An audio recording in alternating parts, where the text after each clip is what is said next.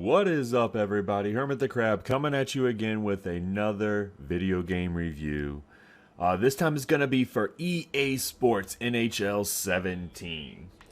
Now, NHL 17 is actually the 26th installment of the NHL series by Electronic Arts.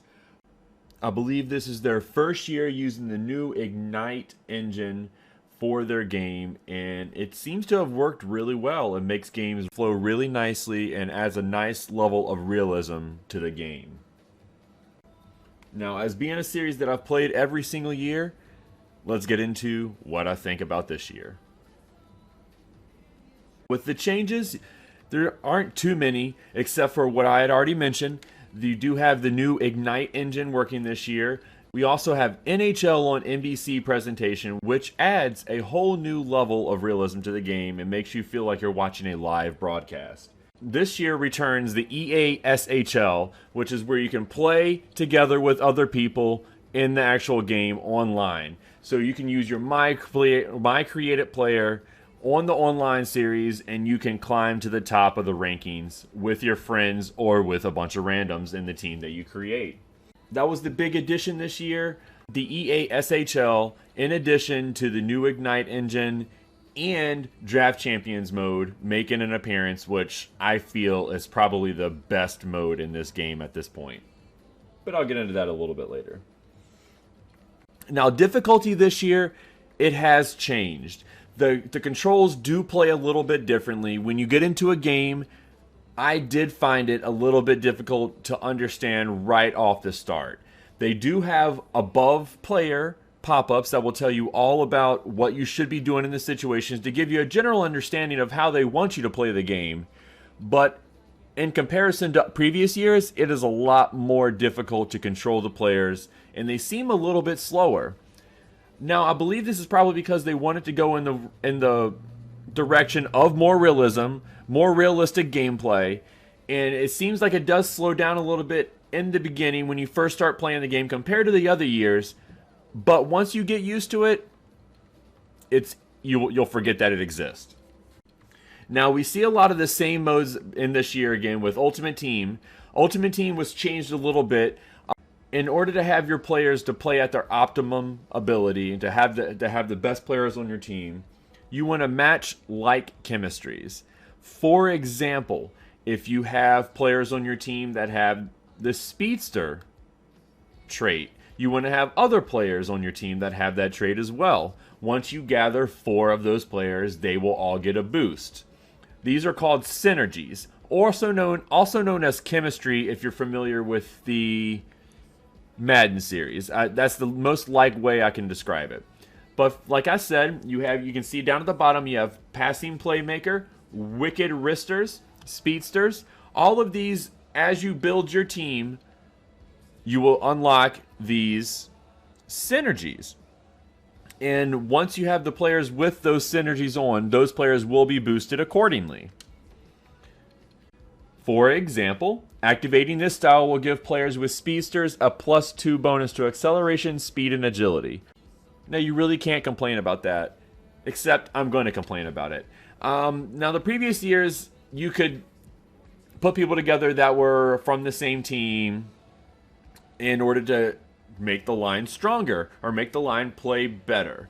This year, with all these different synergies, yes, it does give you a larger player pool to choose from, and not everybody's going to be choosing the same exact lineup every single time. However, I found it very, very intimidating to get into my first night playing. I think I've spent more hours in this year's Ultimate Team trying to create a team that would be good to play with than actually playing. And this is not something that I think is good. It's always been a problem with the Ultimate Team series is that you spend so much time going through the different cards trying to see what's best, and you can't just get into the game. I believe if they had something in this mode where you could generate a best lineup or anything to make the best players in the position, some type of algorithm built in there where I can just hit a button and it will put my best players into positions. I think this is something that the Ultimate Team series NHL has needed for a long time, and I really hope to see this next year. The big change, though, and my favorite mode this year, I would have to say, I've always been, if you've watched any of my previous videos, I always like to play single player. I like to go through my careers. It's a lot of fun. However, I don't want my love for the Draft Champions mode to take away from how good the Be a Pro seasons are in EA SHL, but I do think Draft Champions is done right.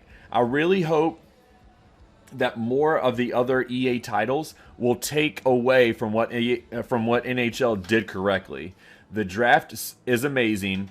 You don't get the same players every single time. You can choose different events or different types of drafts to choose from, and it keeps a lot of different diversity. I'm not 100% sure on whether the rewards for playing online are any better than the rewards for playing solo.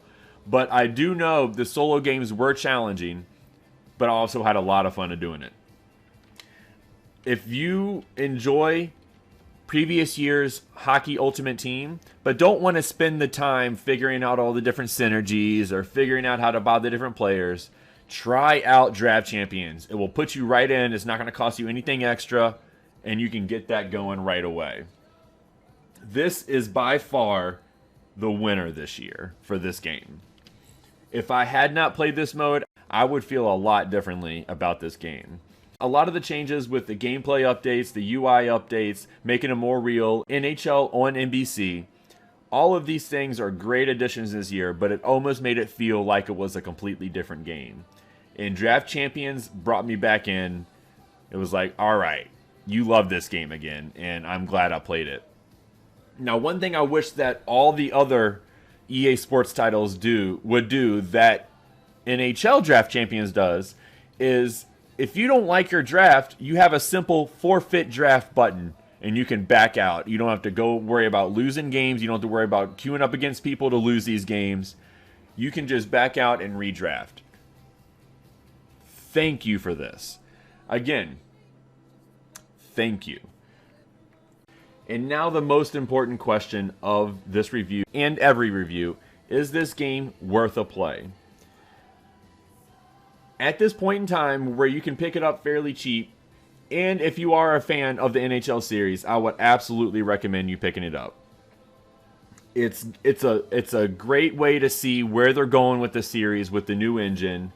You want to check out Draft Champions. It's a load of fun. As I said, I had a little bit different view of the game before I jumped into the Draft Champions mode, and afterwards, it made me want to keep playing. So I will say that about that. The other modes in this year made me feel a little bit like, I kind of don't want to get into that. But not the case with this Draft Champions. I want to play this. I want to keep going. I want to get the rewards to get more things in Ultimate Team. Honestly, I don't even care about the rewards in Ultimate Team. It is that fun.